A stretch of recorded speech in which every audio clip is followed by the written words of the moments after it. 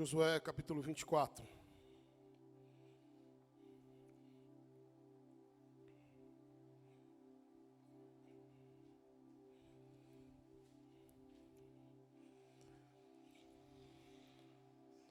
Algumas pessoas ainda estão folheando, nós vamos aguardar, para que possamos todos acompanharmos juntos a palavra do Senhor. Obrigado, Jesus, pela tua presença neste lugar.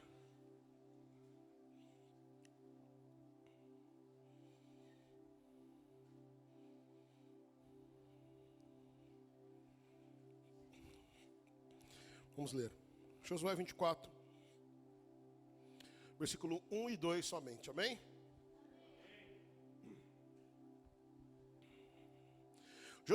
Josué reuniu todas as tribos de Israel em Siquém. Convocou todos os anciãos, autoridades, líderes, juízes e oficiais de Israel, que se colocaram ordenadamente na presença de Deus.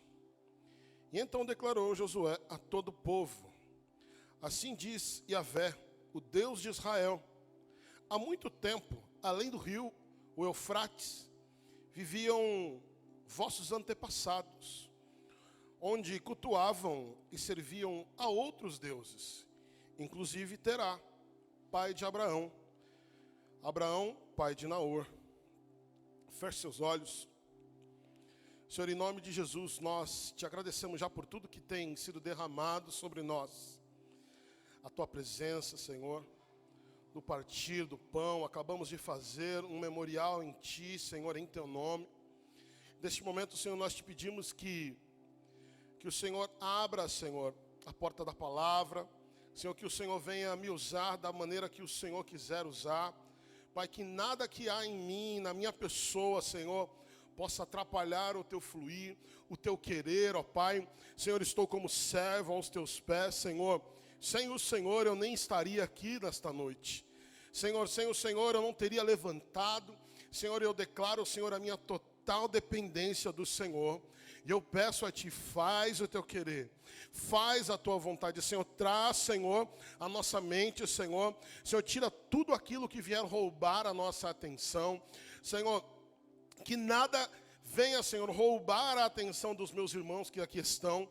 Senhor, e dos irmãos que também vão assistir essa gravação, ou já estão assistindo na live também. Em nome de Jesus eu te agradeço. Amém. Aplauda ao Senhor. Glória a Jesus.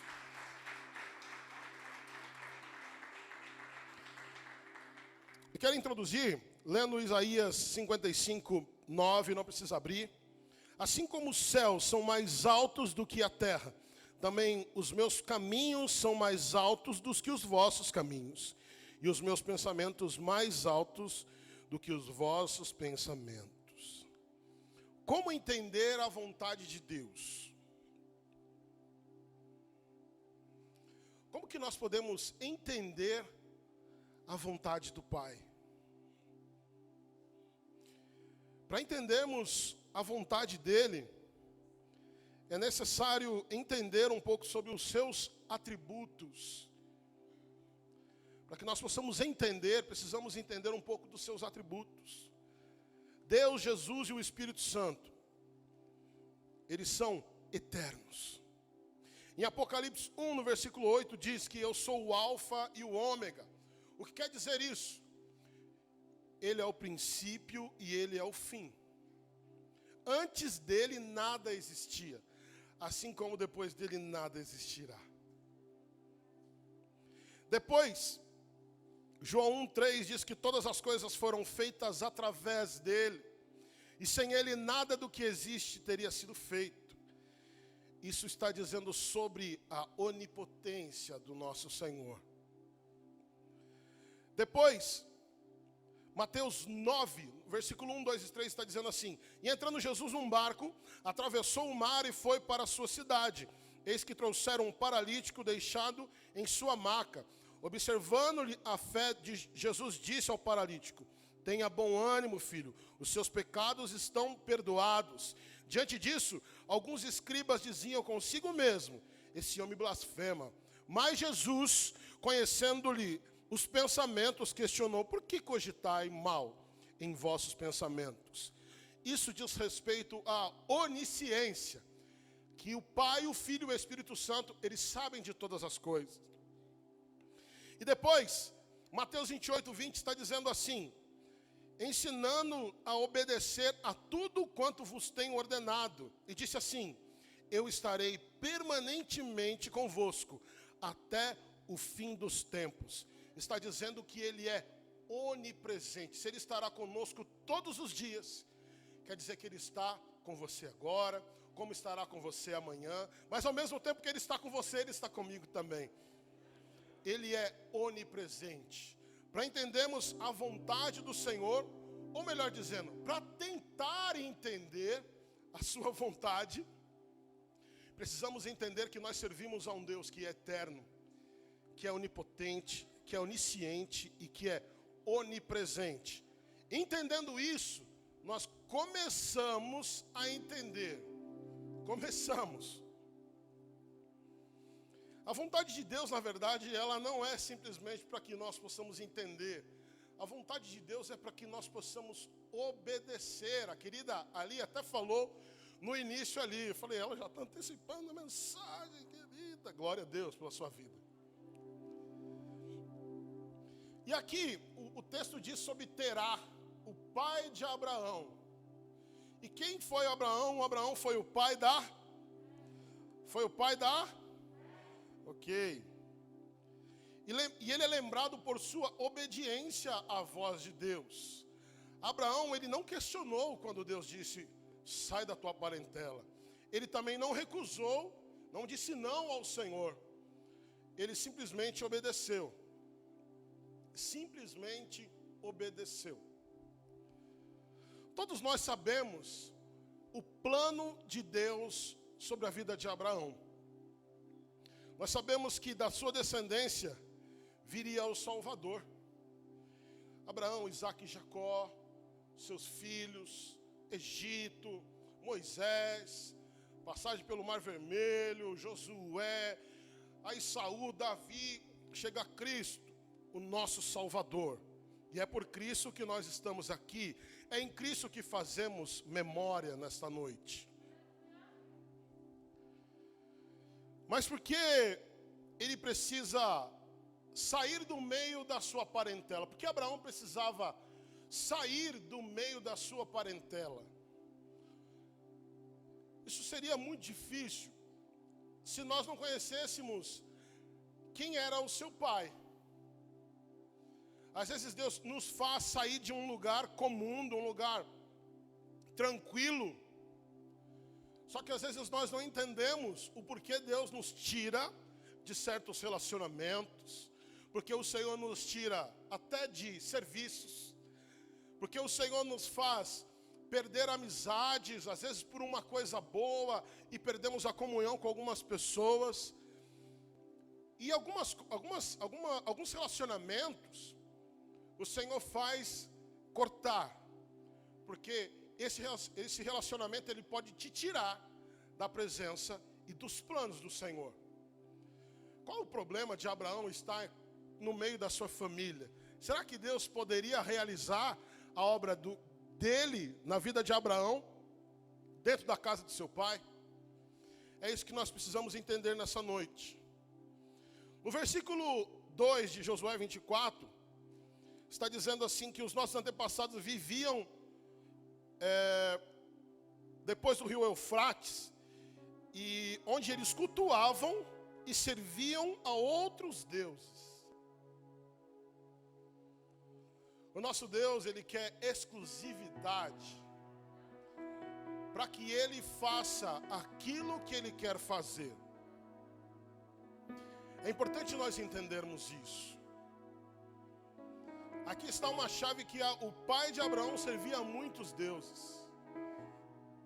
Cultuava a muitos deuses. Por isso então, o Senhor tirara para realizar a obra que o Senhor tinha que fazer. E eu quero citar hoje 3 motivos pela qual o Senhor 3 motivos que Deus nos tira do meio da nossa parentela. Entenda na nossa parentela carnal, sim, mas entenda também essa palavra num ciclo de amizade. De repente, há anos você continua com um ciclo de amizade com pessoas do passado, pessoas que não têm agregado talvez na sua fé. Eu mesmo já conversei muito com a minha esposa alguns tempos atrás sobre a necessidade às vezes de nós, como cristão, nos relacionarmos com quem não é cristão. Talvez seja uma coisa comum para vocês, mas por conta do meu serviço, por conta de tudo que eu tenho feito nos últimos anos, eu me encontro muito dentro de igrejas. E aí quando eu olhando para a minha vida, eu percebi que os meus trabalhos e as minhas atividades, elas me tiraram do convívio das pessoas que estão fora do caminho. Tem também os desviados, né? Que são muitos desviados. Cresceram com a gente, tropeçaram e nunca mais conseguiram se levantar. E nós conversamos, conhecemos a família, mas meu ciclo de amizade mesmo, ele é baseado em pastores, em ovelhas, em alunos que são de igrejas, enfim. Então eu não quero que você entenda que você tem que cortar o vínculo com essas pessoas, porque para o sal ter função, ele precisa estar em um lugar estratégico. Não tem como você ser luz aonde já tem luminosidade. A luz, ela brilha na escuridão, amém? Entenda isso. Entenda isso em nome de Jesus. Então, 3 motivos porque o Senhor nos tira desses ciclos da nossa parentela. Número 1, é que a cultura familiar, às vezes, ela afasta você da presença de Deus. Entenda que, por muito tempo, as pessoas, elas nascem, crescem, e cada casa é um mundo completamente diferente. Existem famílias que vivem através da idolatria. Vamos dizer uma coisa que já está dentro da nossa raiz. A idolatria, por exemplo, sobre o futebol. Eu sou corintiano, infelizmente nesse tempo não tem sido fácil, confesso. Mas o fato do Corinthians não estar bem, isso não tem roubado a minha paz. Mas eu conheço pessoas muito próximas, se o time perde, você não precisa nem dar bom dia amanhã para ele. Porque a alegria dessa pessoa está no time. Existem famílias que tropeçam nessas coisas. Tem famílias que tratam a mentira como uma coisa muito comum. Quem aqui tem um parente que é muito mentiroso? Levanta a mão, você não vai falar o nome dele. E aí a pessoa é tão mentirosa que você não está acusando ele, eu não sei o nome dele. E às vezes isso se torna tão corriqueiro que parece que essa pessoa é um contador de piada. Só que às vezes, a mentira, vai contando mentira, daqui a pouco, a cultura da mentira ela está reinando ali, porque fica uma coisa muito banal. A pessoa costuma contar histórias, contar vantagem, e aí ela se afasta da verdade. Então Deus às vezes nos tira do seio da nossa família para nos tirar da idolatria, para nos tirar da mentira, para nos tirar da falsidade. Entenda isso. Entenda isso em nome de Jesus. O segundo ato que Deus quer que a partir de nós começamos a iniciar uma nova célula familiar saudável. Eu costumo dizer para minha esposa que nós temos a obrigação de melhorar o que nós recebemos. Isso não é só em relação a finanças, ao bem-estar do lar. Às vezes nós crescemos num lar muito conturbado. O ambiente que nós crescemos, às vezes, é um ambiente com muita confusão, com muita briga. E nós temos por obrigação mudar o ambiente do nosso lar. Deus nos tirou para que nós começássemos tudo de novo. Para que os seus princípios sejam claros e objetivos. Nós vivemos num tempo onde os filhos acham que são mais que os pais, querem se sentir mais, se sentem adultos, se sentem donos da situação, nos tempos de hoje. Antigamente o pai só piscava e nós já entendíamos já que o bicho pegou. E hoje você pode falar 2, 3, 4 vezes e às vezes não há respeito. Às vezes Deus te tira do lar para você começar de novo. Te tira de perto de pessoas para que você comece novos relacionamentos. Deus tira a gente do seio familiar para que nós possamos crescer nos princípios da palavra de Deus. Por exemplo, o amor ao próximo. Isso, falando, é tão banal. Parece tão banal. Falar de amor ao próximo. Mas existem algumas famílias que amar ao próximo é simplesmente amar os seus filhos, os seus esposos, suas mulheres. É melhor colocar no singular, né? Porque está tudo errado, né? Só em outra cultura isso pode, né? Seu marido, sua esposa, amém? Seus filhos, pais, o seu próximo. Para algumas famílias é só isso. E se vier alguém de fora pedir alguma ajuda, é que se vire. Algumas famílias são assim. Os valores estão distantes da palavra do Senhor. Então Deus te tira do seio da tua família para que você comece de novo. E aqueles que não eram valorizados quando você estava na casa do seu pai, dentro desse ciclo de amizade, você vai começar a valorizar.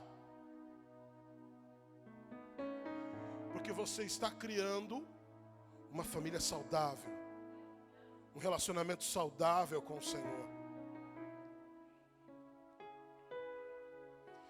Você vai criar uma família com fé verdadeira. Quando nós falamos de fé, também é muito banal. Você tem fé? Oh, tem fé. Mas quando vem o dia mal, para onde foi essa fé? Para onde foi essa confiança em Deus, que quer abandonar tudo? Deus nos tira do seio familiar para que nós possamos iniciar uma família saudável, uma família que tem uma fé verdadeira no Senhor. Que não importando a circunstância, eu não vou me abalar porque eu sei que o Senhor está no controle de todas as coisas.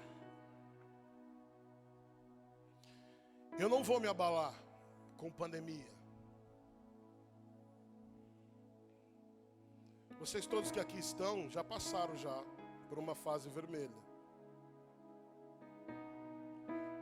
Faz um ano que você passou por uma fase vermelha. Talvez muitos de vocês tiveram medo de perder o emprego. Talvez você pensou que tudo ia acabar. Na verdade parecia mesmo, né? Coisa estranha, né? O tempo que nós estávamos trancados. Foi muito estranho. Mas Deus continuou sendo Deus em nossas vidas. Talvez você até perdeu o emprego. Mas Deus tem te sustentado. Eu quero dizer que se alguma coisa acontecer na sua vida nos próximos dias, nas próximas semanas, creia que o Pai está no controle de todas as coisas.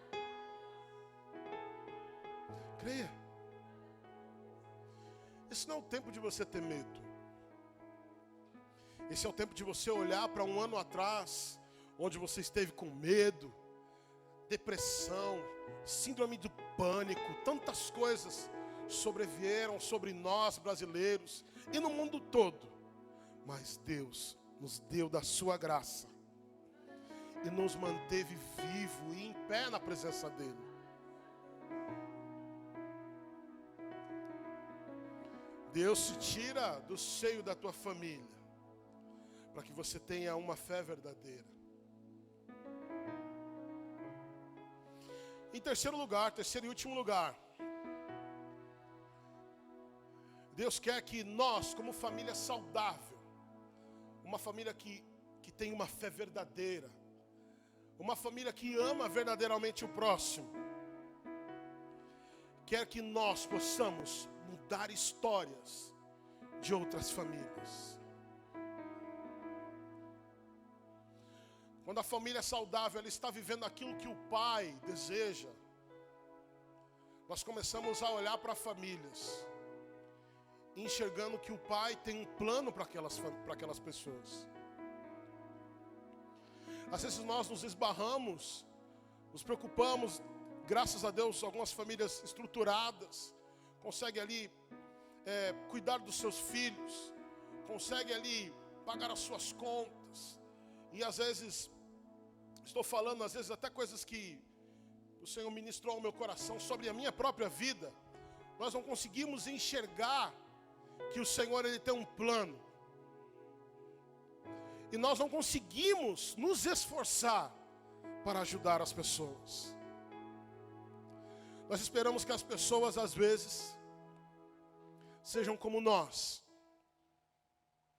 tenham a mesma força, a mesma gana, mas o Senhor nos faz forte e nos faz entender que cada um tem uma estrutura, cada um tem um tempo, para que chegue ao tempo da maturidade. E o Senhor quer usar a minha e a sua vida para transformar famílias. De que forma que nós podemos transformar famílias? Sendo luz. Sendo luz na tua forma de falar. Sendo luz na tua forma de tratar as pessoas. Sendo luz, sendo educado.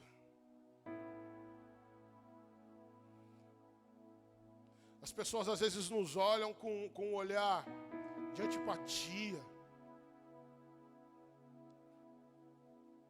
Mas você é luz. Você tem que atrair as pessoas para você e não afastar as pessoas. Não julgue mais as pessoas por aquilo que elas costumam fazer. Às vezes nós conhecemos histórias de família, conhecemos outras gerações. Mas o Senhor te chama para ser luz. O Senhor também te chama para ser sal. E o sal, o que ele faz? Ele dá equilíbrio. O sal, ele tempera. Deus chama você e a sua família para que outras famílias possam ser também luz. Eu não quero me alongar muito nessa noite, mas eu quero, em nome de Jesus, que eu e você possamos entender que quando o Senhor te chama para algo, você não precisa entender. Abraão, ele nem mesmo questionou: por que eu tenho que sair da minha parentela? Josué aqui dá a dica, porque o pai, ele quer exclusividade da minha e da sua vida. Então não tem como nós ficarmos cocheando em pensamentos. servindo a 2, a 3 senhores. Para que o Pai ele realize a obra na sua e na minha vida, nós precisamos ser exclusivos do Senhor. Não é tempo para nós tropeçarmos em idolatria, em pecados. Quando eu estava meditando nessa palavra, sobre cultura familiar, nós homens, muitas famílias, nós como pequeno, às vezes, a família que não é cristã, é apresentado muito cedo para meninos, pornografia, por exemplo.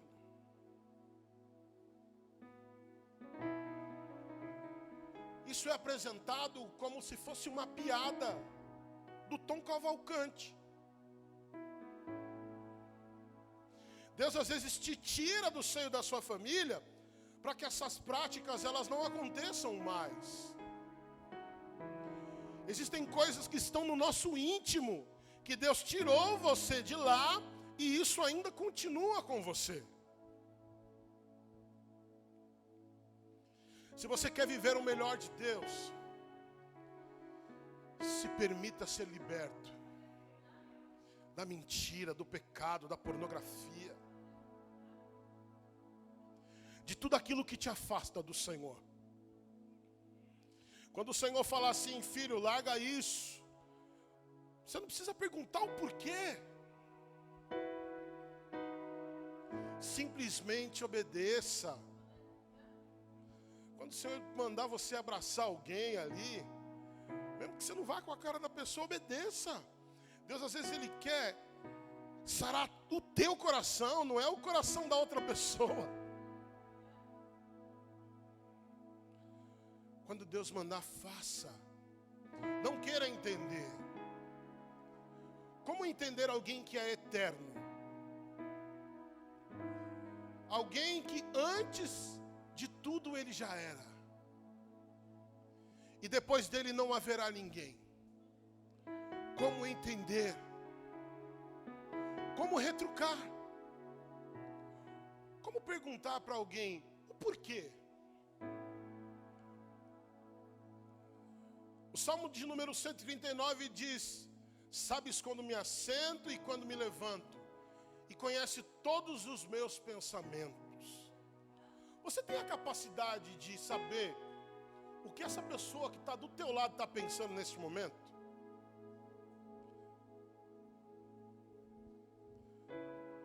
Talvez alguém esteja pensando em comida.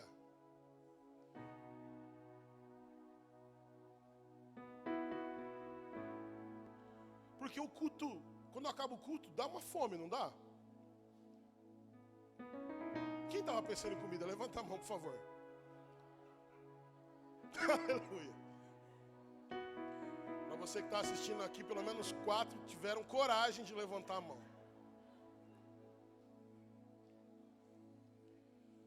Mas o nosso Pai, Ele não só sabe quando você está com fome, mas quando você está triste. Quando você está perdido nos seus pensamentos, Ele sabe. E aí nesse momento onde você está perdido em você mesmo, e Ele te diz, faça isso, vai orar. Querido, desliga esse celular.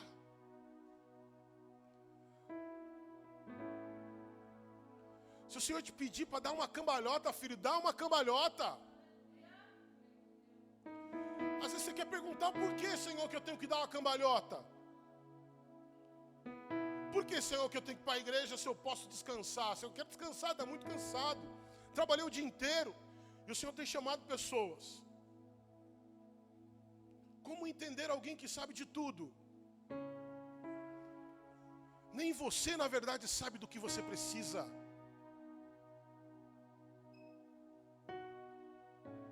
Você não sabe, mas Ele sabe de todas as coisas.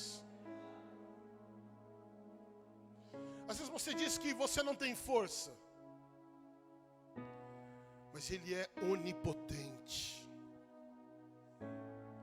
E quando as suas forças acabam, Ele é quem te dá força. Quando você pensa que não vai conseguir mais, é Ele que te põe de pé de novo. Como entender alguém que está em todo lugar? Aprenda a honrar o Senhor no lugar secreto. Honre o Senhor no seu lugar secreto. Porque você não está só. E eu não estou dizendo simplesmente no teu lugar secreto onde você peca. Mas quando o sentimento de solidão ele vem sobre você e você pensa que você está só, e Ele está com você. Ele está com você. Quando a sua alma dói, quando a sua alma geme, Ele está com você.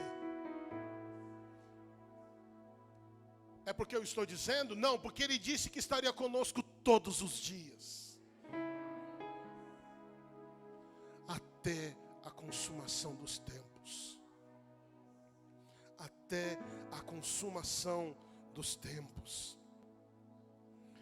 Como entender? Alguém que é eterno, onipotente, onisciente e onipresente.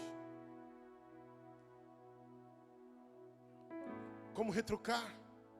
Perguntar para quê? Por que tentar entender? Se Ele é o Todo-Poderoso. Queridos, nesses tempos, busque entender mais sobre o Senhor. Busque ler a sua palavra. Nós gostamos de muitas respostas. O ser humano tem muitos porquês. Por que isso? Por que eu tenho que fazer isso? Por que aquilo? Mas entenda que é impossível entender a vontade do Pai. Porque a palavra dele diz que 1000 anos é como um dia, e um dia é como 1000 anos. Você está preocupado com o seu final do mês, se vai ter conta? Ele já sabe o que aconteceu lá. Nós precisamos aprender a descansar nele. E aí sabe por que nós não descansamos? Porque nós às vezes não acreditamos na eternidade dele. Não acreditamos na sua onipotência. Ele é poderoso, queridos. O que é 5 pães e 2 peixes, como o pastor Flávio ministrou hoje? O que é R$50 na sua carteira para você pagar todas as suas contas? Queridos, aprendam a descansar no Senhor. Vai fechar o comércio? Vai.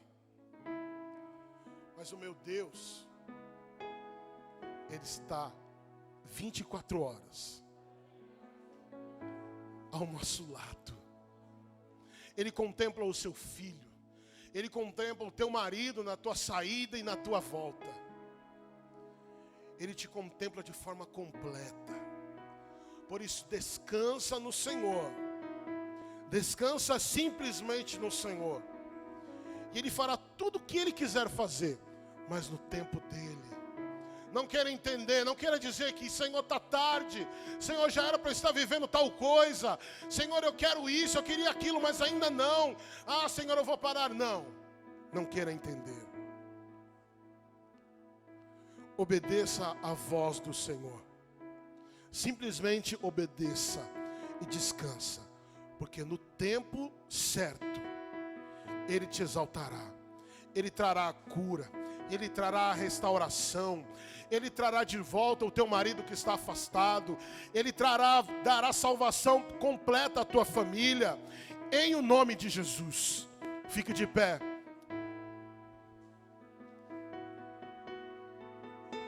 Ministério de louvor, por favor.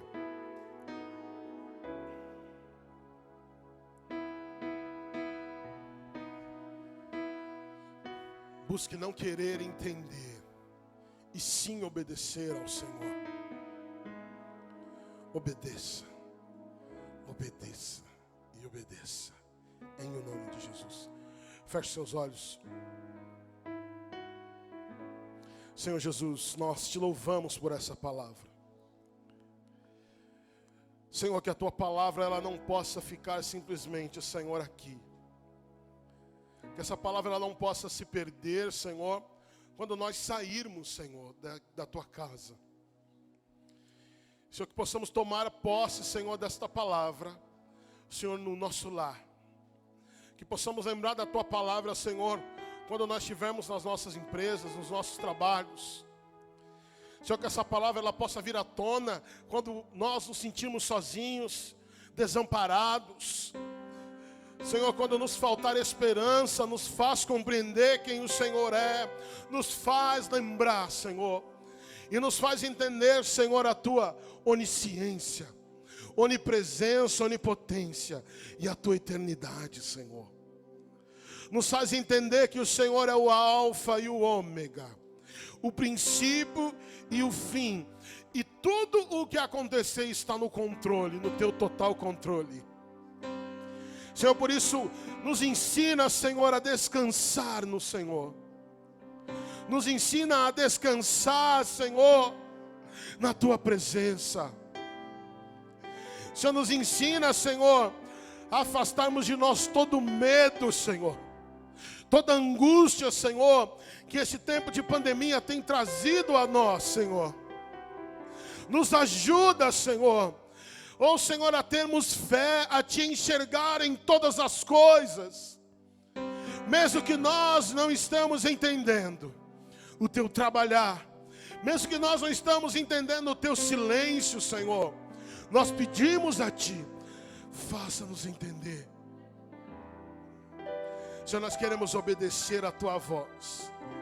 Nós queremos, Senhor, simplesmente dizer sim, sim, sim, mas o medo, Senhor, tem nos afastado. A dúvida, Senhor, tem nos afastado de ti. A dúvida tem feito, Senhor, nós, Senhor, não acessarmos tudo aquilo que o teu evangelho tem derramado sobre nós. E em nome de Jesus, traz a tua coragem a cada pai, a cada mãe, a cada filho, a cada filha, a cada tio, a cada tia, Senhor, que o espírito de coragem, não de medo, Senhor, que o Senhor nos desse através da tua palavra, recaia sobre nós, em o nome de Jesus, em nome de Jesus. Não tenha mais medo, porque o nosso eterno está conosco todos os dias, para sempre, para sempre, para sempre. Aplauda o nome do Senhor. Glória a Jesus.